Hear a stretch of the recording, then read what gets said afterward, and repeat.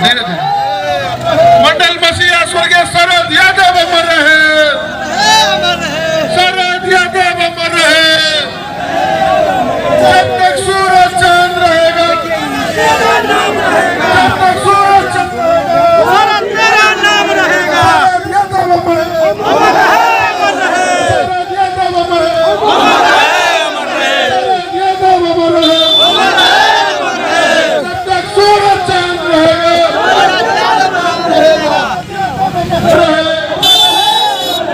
मंडल मसीहा शरद यादव अमर रहे,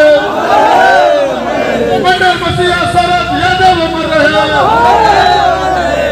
ये समाजवाद के लिए वो लड़े थे, शोषित वंचितों से लड़ाई लड़े थे, उनके बारे में बताइए। जो शरद यादव जी थे। और शरद जी केवल चुनाव नहीं लड़ते थे, बल्कि चुनाव लड़ने वाली मिशनरी तैयार करते थे।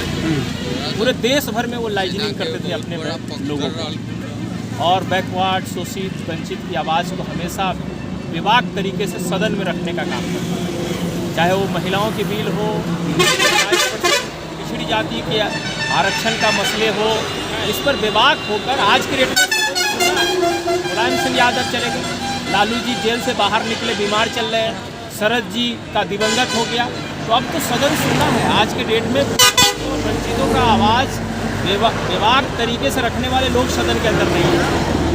मुझे उनके साथ चुनाव लड़ने का अवसर मिला। मैं मधेपुरा में जाकर चुनाव लड़ा लोकसभा का 2019 में, जब बहुजन मुक्ति पार्टी लोकतांत्रिक जनता दल में विलय कर गया।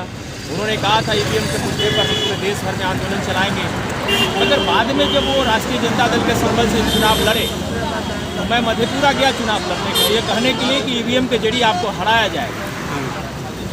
तो उनके आवाज़ पर पूरे यादव लोग इकट्ठे हुए और कहे कि उमाशंकर को नाम वापस करवाइए, क्योंकि ये चुनाव लड़ेगा तो यहाँ वोट डिस्टर्ब होगा।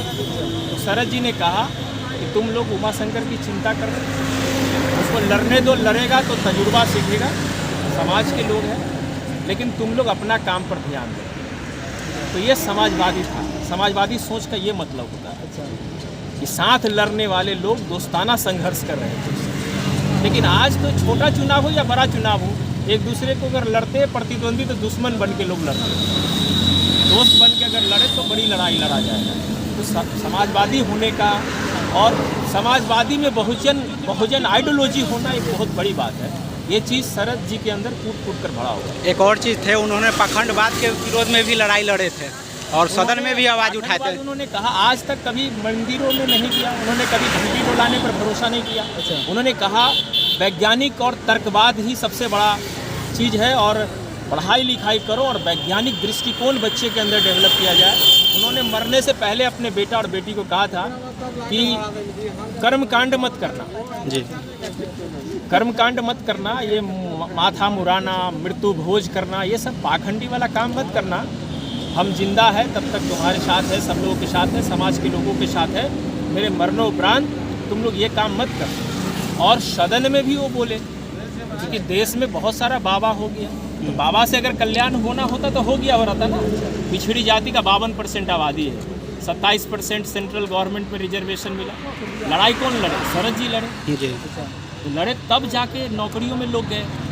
कोई बाबा के और मंदिरों में घंटी डोलाने से कोई IAS अधिकारी थोड़ी बन सकता है, IPS अधिकारी थोड़ी बन सकता है। अच्छा, एक और सवाल है, उनका जो अंतिम संस्कार हुआ हिंदू रीति रिवाज के अनुसार हो रहा है कि मतलब कोई हुआ ही नहीं, उनका हुआ ही नहीं। उन्होंने कहा था कि मेरे मरने के बाद कोई पाखंडी तुम लोग आयोजन मत करना जी। मगर ये कार्यकर्ता है, क्योंकि राजनीतिक और सामाजिक जीवन में इनका इतना बड़ा ये था कि उनके कार्यकर्ता ये उनके अर्थी कलश को ले जाकर समाज के बीच में जा रहे हैं और ये बता रहे हैं कि शरद जी के अरमानों को हम आगे बढ़ाएंगे। ये बहुत बड़ी बात है। भले ही लोग कलश यात्रा का नाम लिया हो, मगर ये समाज को जोड़ने का कार्यक्रम है। अच्छा, इससे उनका सेंटीमेंट बिहार की राजनीति से जुड़ा हुआ रहा। अच्छा, मधेपुरा एक कलश यात्रा जाएगी। अच्छा, फिर मधेपुरा में 6 तारीख को BP मंडल स्टेडियम में बड़ी रैली होगी। सारे समाजवादी और बहुजनों का जमावड़ा वहाँ लगेगा। तो ये राजनीतिक रूप से सशक्त और मजबूत लोग और उनके जो कार्यकर्ता, उनके पद चिन्हों पर चलने वाले लोग ये लेके जा रहे हैं। उनके परिवार के लोग लेके नहीं जा रहे। तो ये तो हमको सुनने में आया है कि उनके बेटा और बेटी कहाँ थे, वो लोग लेके जा रहे हैं। नहीं, बेटा बेटी लेके नहीं जा रहे। अच्छा। बेटा बेटी के ये आयोजन में नहीं है। अच्छा। ये समर्पित जो कार्यकर्ता थे, निष्ठावान लोग थे, वो बिहार की राजनीति में उनका जो कद था, वो कद के लोग हैं। यहाँ उनका बेटा बेटी कौन है? अच्छा, यहाँ नहीं, लेकिन जो अस्थि कलश है वो जो गया से लेकर आया जा रहा है, उसमें गया मतलब से नहीं लेके आया जा रहा कहाँ से आ रहा है? है। ये गया से नहीं है। ये तो उधर दिल्ली से फ्लाइट से आज की सुबह में लगभग 9-10 बजे आया होगा यहाँ पर। और वहाँ से पार्टी कार्यालय आया। और पार्टी में जो कार्यकर्ता लोग थे, वो कार्यकर्ता लोग उनका सम्मान करते हुए उधर जिम्मेवारी लगाई गई थी। और सभी जगह जो समाजवादी लोग हैं, जो बहुजन आंदोलन के लोग हैं, वो जगह जगह चौक चौराहे पर उनके अर्थी कलश को स्वागत कर रहे हैं। अच्छा, मतलब ये फूल माला से सम्मानित हिंदू कर रहे रीति हैं। रिवाज के तौर नहीं हो रहा है कुछ? नहीं, हिंदू रीति रिवाज से कुछ नहीं हुआ। कोई माथा मुड़ाया नहीं, कोई 1-800 होगा पंडित नहीं आया इनके भोज में। इनके मरने के बाद कोई ऐसा कुछ नहीं हुआ। श्रद्धांजलि कार्यक्रम हुआ, फूल माला से लोग उनका श्रद्धा सुमन अर्पित किए हैं। वो हर किसी के जो अनुयायी होते हैं, उनका परम दायित्व बनता है कि उनको श्रद्धांजलि देना। तो ये श्रद्धांजलि का कार्यक्रम चल रहा है।